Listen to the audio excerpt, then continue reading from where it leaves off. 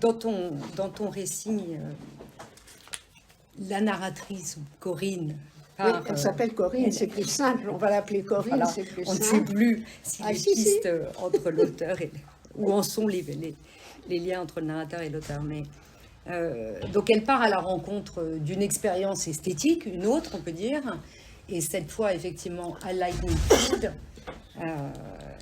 Donc bon, effectivement du land art. Et j'ai envie de dire, là, on a une vraie rencontre qui s'opère. C'est pas la seule du livre, mais on va peut-être pas toutes les dévoiler non plus. Mais une vraie rencontre, moi j'ai envie de dire, qui te tombe dessus, aussi te connaissant, Oui, c'est ça. qui est la rencontre avec la nature avec un grand N.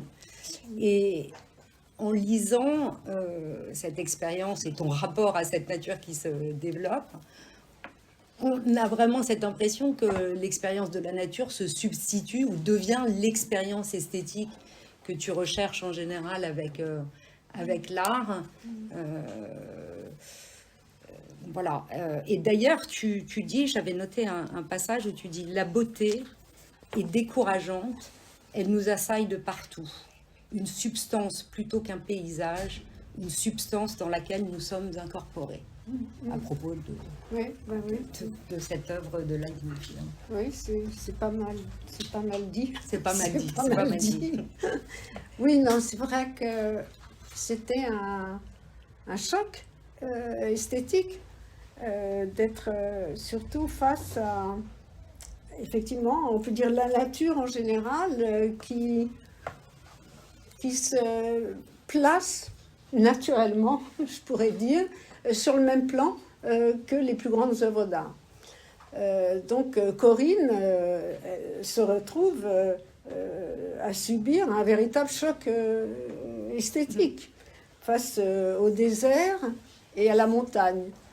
Et donc ça c'est quelque chose de tout à fait surprenant pour cette narratrice, pour cette Corinne, c'est pas du tout son genre. Et notamment, elle se trouve assez rapidement en porte-à-faux avec la façon dont beaucoup de gens qui vivent ou qui visitent les lieux ont envie de se confronter ou de pratiquer cette nature, c'est-à-dire que il y a du trekking par-ci, on monte à cheval par-là, on fait toutes sortes de choses où on cherche le corps à corps finalement avec la nature.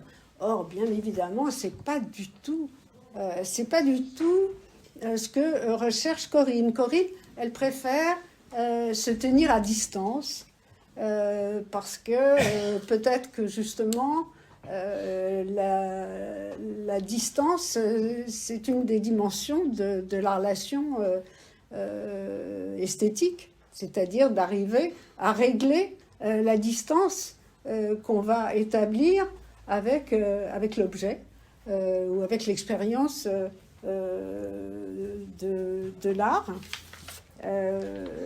Donc, c'est pas étonnant avec cette façon de se tenir à distance, me semble-t-il, qu'elle rencontre un homme qui ne peut être qu'un photographe.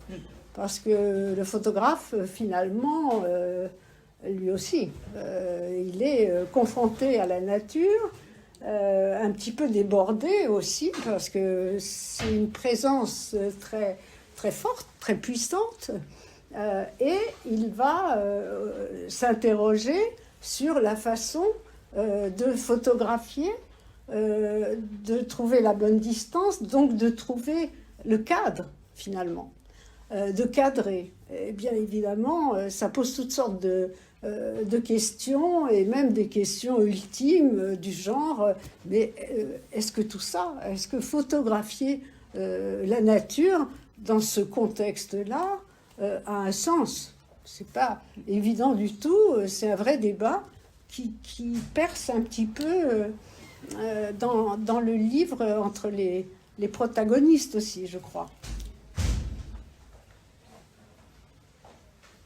Donc, avec cette affaire de relation aux œuvres d'art ou aux œuvres de la nature, je me suis rendu compte aussi, a posteriori, là c'est moi, que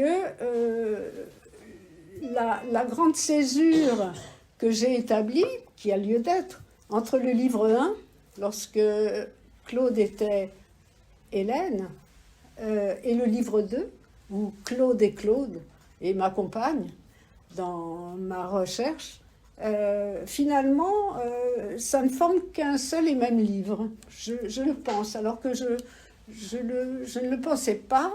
Et je le pense parce que, précisément, cette affaire de l'expérience, de la confrontation avec soit la nature, soit les œuvres d'art, sont un fil rouge qui traverse les deux livres qui sont accolés, il me semble.